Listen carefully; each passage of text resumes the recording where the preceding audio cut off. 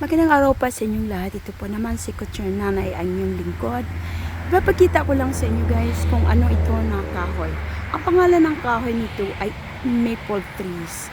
Ang maple trees ay mabubuhay lang sa lugar sa Canada na medyo masyadong malamig.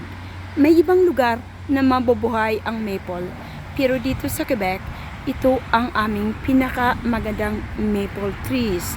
Ang dahon nito magtuturn siya ng red mga 2 or 3 weeks from now. Ang iba nag-start ng magpopula.